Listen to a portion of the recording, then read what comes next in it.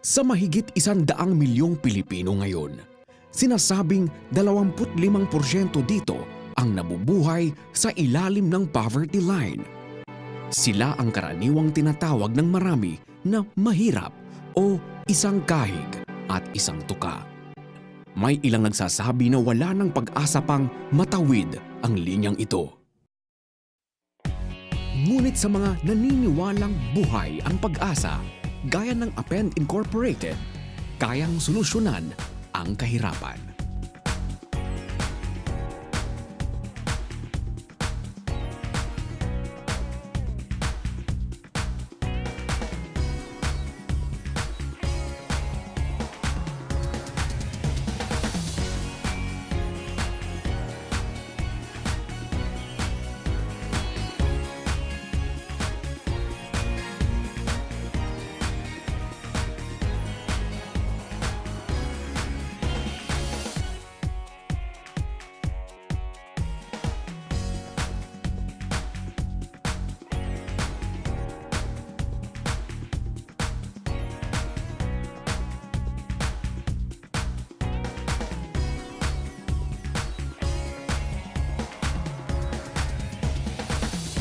Over the years, starting from 1991 when Append was established, it was committed in serving the least privileged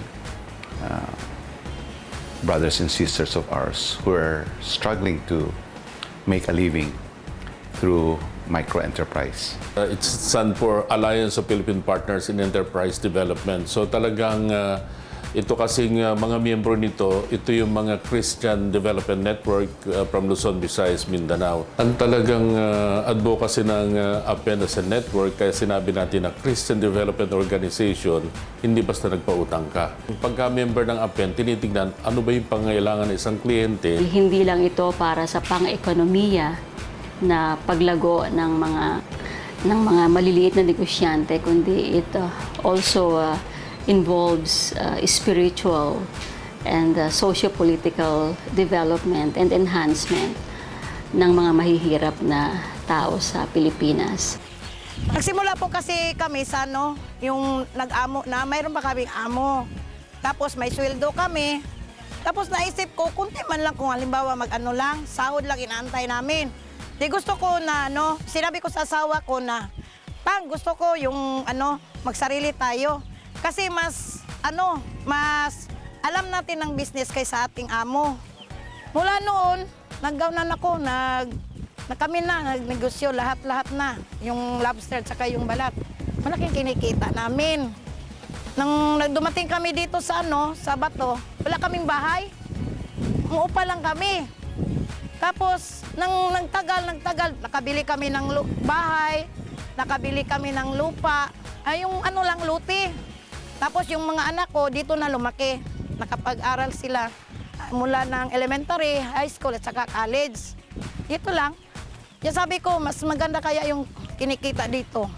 Yung start namin, para lang kami naglalaro. Wala kami experience. Kaya naisipan lang namin. Sabi, kasi wala na kaming, yung asawa ko, parang ayaw na niya, hindi na siya masyadong nakasakay sa barko dahil mayroon kasi siyang sakit. Sabi niya, mag-anot kaya tayo ng hardware? Sabi ko, hindi tayo marunong. Sabi ko ganun. Sabi ko, hindi tayo marunong sa hardware. Paanot na natin, sabi niya, sige, subukan lang natin. Yung nag-start kami talaga, 10,000. Doon ko na, para bang na-prove ko ba sa sarili ko yung, kasi natian ba yung mga experience ko ba? Mga experience ko na yung relation mo sa God. Kailangan na uunahin mo siya. Unahin mo siya. Pagkatapos bigla na lang na lumago siyang lumago. Gaya nila Lorlene at Elenita, ang impluwensya ng Append ay hindi natatapos sa usapin ng microfinance.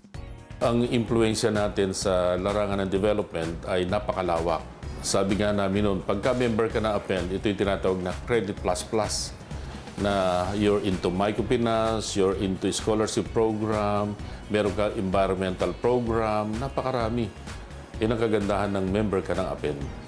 Ang grupo ng Append ay hindi lang tumutulong sa mga parents, kundi tinutulungan din ito yung mga anak ng mga kliyente. So we actually help the young people to go to school, to finish college, and at the same time, ine-expose namin sila sa values transformation program. 4 po kaming magkakapatid.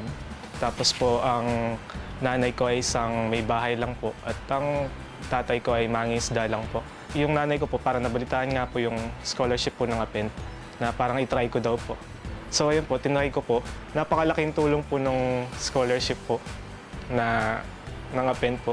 Dahil po, kundi po dito, hindi po talaga ako makakapag-aral ng kolehiyo po. Malaking tulong din po sa mga kapatid ko kasi yung mga benefits po na natatanggap po namin, parang may naipon naman po ako. At ayun po, napapadala ko naman po sa mga magulang at sa mga kapatid ko na itutulong din po sa pag-aaral po nila at kinabubuhay po. Sa kasalukuyan po, ako po ay isang 4th year civil engineering student ng University of Santo Tomas. At isang taon na lang po ay makakapagtapos na po ako ng aking pag-aaral.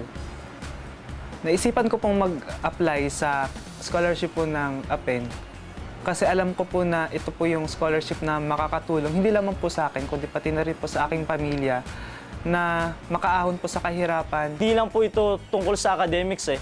Isa po itong panibagong pamilya na natagpuan namin dito sa Maynila na nanggaling po kami sa iba't ibang probinsya pero sa pagdating po namin dito, ayun po, isang pamilya yung natagpuan namin. Tunay ngang nasa puso ng APEN na maging kaagapay ng mga micro-entrepreneurs sa kanilang pag-unlad at pag-asenso at maging sa pagpapabuti ng buhay ng kanilang mga pamilya. Sa katunayan, nito nga lamang 2013, nagkaroon na ng boses ang mga micro-entrepreneurs sa Kongreso sa pamamagitan ng APEN Party List. We were fortunate to have a seat during the last electoral process on 2013. We were able to get one seat. Our initiative in the party list is to see to it that the poor is given a chance, a voice in Congress to have bills so that their rights are protected. At isa nga sa importanteng bill na naipasa na sa lower house ng Kongreso dahil sa pagpupursige ng APEN ay ang Micro-Dev Bill na naglalayo ng bigyan ng fair tax treatment ang mga mahihirap at ang mga micro-enterprise development NGOs na matagal nang nagtatrabaho at nagsisikap na maiangat ang kabuhayan ng mga micro-entrepreneurs. Ito ay naglalayong alisin ang iba't ibang klase ng mga taxes katulad ng VAT at iba pa. Ang Micro-Dev Bill ang magpapalakas sa mga maliliit na negosyo ng mga mahihirap, magpapaunlad ng ekonomiya ng Pilipinas, magtataas ng dignidad ng micro-entrepreneurs at magsusulong ng kapayapaan. Ang peace and order sa bawat barangay ay tiyak kung ang kinikita ng bawat pamilya mula sa kanilang mumunting negosyo ay sapat. APEN party list will continue to also provide opportunities for health, for education to children of our clients, in which we're able to work closely with government-initiated programs so that they can avail of scholarships. These initiatives will bring about a more holistic approach in our work for the poor, in providing livelihood for them, and giving them a sustainable business. There's still a long way to go dahil 25% ng total population ng ating bansa ay living under the poverty line. So unti-unti we can go there, we can really help reduce poverty in the Philippines. Patunay lamang na ang APEN Incorporated at APEN Party List kasama ang mga partner organizations nito ay patuloy na magsusulong ng holistic transformation upang ang buhay ng bawat micro-entrepreneur ay umangat at magbago. Naniniwala kami bilang micro-entrepreneur na kayang-kayang labanan ang kahirapan. Dahil sa APEN, hindi lang kami nagkaroon ng puhunan o napapaaral ang aming mga anak. binibigyan din kami nito ng boses sa Kongreso. Upang maisulong ang karapatan naming mga micro-entrepreneurs. Yan ang APEN. Kadikit namin ang apen. Kadikit namin ang apen.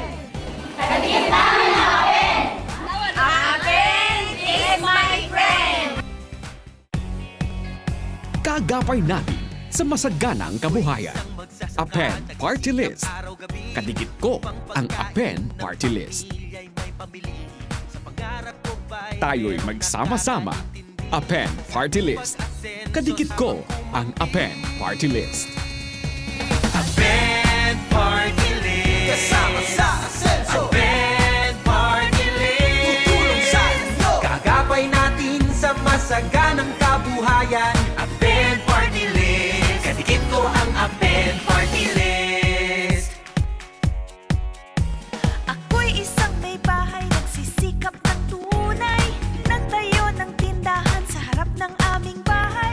May pag-asa pang makakaangat ako sa buhay. Sino ang tumulong? Sino ang kaagapay? APEN Party List. Kasama sa Asenso. APEN Party List. Tutulong sa inyo. Kagapay natin sa masaganang kabuhayan. APEN Party List. Kadikit ko ang APEN Party List. Kami mga negosyante, puhunan man ay maliit. Nang dahil sa APEN, tagumpay aming nakamit.